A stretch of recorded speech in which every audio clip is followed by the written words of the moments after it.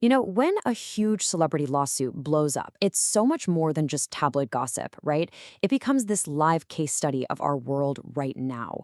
It tells us a ton about power, the media, justice, and honestly, it tells us a lot about ourselves. So, yeah, let's get right into it.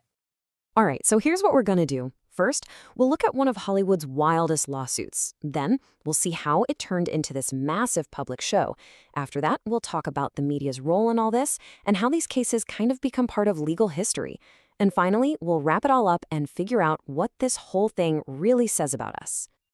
Okay, so let's set the scene. At the very center of this whole media storm, you've got this classic he said, she said situation. But this isn't just any disagreement. We're talking millions of dollars and entire careers hanging in the balance. And boom, it all kicked off with this bombshell headline. I mean, that number alone, $400 million, that's designed to make you stop and look, right? Baldoni wasn't just saying, I didn't do it. He was claiming that Lively was trying to completely wreck his career and his movie. The lawsuit used words like defamation and extortion, which basically means he was accusing her of using false claims to ruin his reputation and maybe even get a big payout. So you see, this wasn't just playing defense. This was a full-on counterattack. Okay, so looking at this timeline, what's really fascinating is watching the legal gears turn. It all starts in 2024 with Lively's lawsuit. But then, a year later, Baldoni's huge $400 million countersuit gets tossed out by a judge. And the reason is super important. It was about protecting free speech. The court basically said, hey, you can't just slap someone with a massive lawsuit to shut them up when they're making a harassment claim. After that, the countersuit is officially dead and buried, which clears the way for the original trial to move forward. It really is like watching a high-stakes chess match play out over years. So, when you boil it all down, this is the core conflict. You've got one side saying, serious sexual harassment happened on set, and the other side firing back, no, this is a calculated attack to destroy my career. Literally everything else in this story just spins around that central fight. All right. But as you can probably guess, a fight this big was never going to stay behind closed courtroom doors. Oh no, it exploded out into the open, and that's where a whole different kind of trial got started, the trial in the court of public opinion. And this is where social media just changes everything. I mean, think about it. Celebrities can now talk directly to millions of followers, right? They can control their own story in a way they never could before. But that's a total double-edged sword. Because that same power opens them up to insane levels of scrutiny, where one wrong move can spark cancel culture. And suddenly, that line between fans showing support and trolls launching a cyberbullying campaign gets really, really blurry. And if you want a perfect example of how wild things got, check this out. At one point, Baldoni's lawyers suggested holding a deposition, which is normally a super dry private legal thing, at Madison Square Garden. And get this.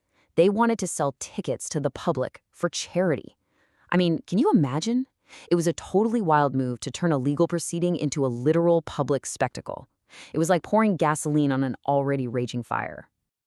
And of course, it's not just social media. The traditional news media plays a massive role in all this. Look, research shows time and time again that news coverage is never just a list of facts. It always has a tone. This chart here is a great example. It shows how stories get framed as positive, neutral, or negative. And that framing, it shapes what we think before we even get a chance to make up our own minds. So this all leads to a really big question about the media's job, right?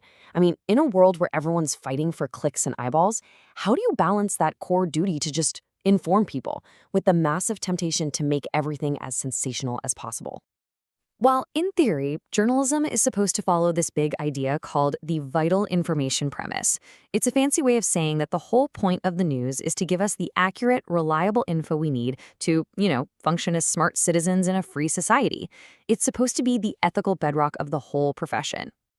But here's the reality check. Is perfect, pure objectivity even possible? Probably not. We know that every story is told through some kind of lens, whether it's someone's personal experiences, their culture, their beliefs. So the real question isn't if there's bias. It's how news organizations deal with the bias they inevitably have. And people have actually tried to measure this stuff. A UCLA study, for example, looked at a bunch of major news outlets and found that almost none of them were dead center. 18 out of 20 showed a perspective that was to the left of the average voter. Now, that doesn't mean the facts are wrong. But it does show that a certain point of view can become the standard, and that has a huge impact on how any story gets told. And you have to remember, a story like this doesn't just appear out of nowhere. It taps into these really deep, long-running cultural issues. These kinds of allegations land with such impact because they're part of a much bigger, much more complicated history of how women have been portrayed in the media for, well, forever. This image here is, wow, it's such a sharp, satirical takedown of that exact problem. It's from this group Adbusters, who are famous for this kind of thing. They took the kind of language you see in ads all the time, language often used to describe women, and slapped it on a package of chicken. It's a really in-your-face example of what people mean by objectification, reducing a whole person down to just a set of body parts. It's a theme we've seen in media and advertising for decades. Okay, so if these trials aren't just entertainment, then what are they? Well, more and more, they're kind of becoming our public classrooms. There are these super visible, high-profile lessons on how our complicated legal system actually works. I mean, really think about it. When a case is on the news 24/7 for months on end, it's doing more than just giving us something to talk about. For better or for worse, it's teaching us all about how the justice system is supposed to function. And this isn't new, right? A lot of us remember the O.J. Simpson trial. It was basically a crash course for the whole country on things like DNA evidence. Well, a trial like the one we're talking about today does the same thing, but for our time. It's a public lesson on things like what harassment legally means, why free speech protections are so critical, and, yeah, how a massive Twitter mob can actually influence a real court case. And you see this pattern everywhere. Just think about Taylor Swift's court cases. They shone a huge spotlight on issues of sexual assault and copyright law. Or look at the entire #MeToo movement. That was sparked by celebrities, and it had this global ripple effect that totally changed the conversation and even corporate policies on harassment. It's clear, these big celebrity cases can be incredibly powerful catalysts for change. All right, so let's pull all these threads together.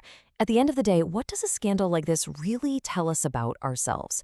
If we use it as a kind of mirror, what do we see reflected back? You can almost map out how these things unfold, like an anatomy of a modern scandal. First, an allegation comes out. Step 2, social media catches fire. Step 3, the war over the story begins, with each side trying to win over the public. Then, the actual legal system steps in, but it's already being swirled around by all this public opinion. And through all that, our perception is shaped. And finally, step 6, whether we plan for it or not, some kind of cultural lesson gets learned, which sets the stage for the next time this happens. So here's the main takeaway. It is so easy to write these stories off as just silly celebrity gossip. But they're not. There's so much more than that. They're real-time case studies playing out right in front of us, forcing us to ask some really tough questions about power, about media ethics, and about what justice even means in this day and age. And that leaves us with one last really big question for you to chew on. In a world where a hashtag can feel more powerful than a judge's gavel, and a single viral tweet can cause more damage than an official court verdict, who's the real judge and jury now?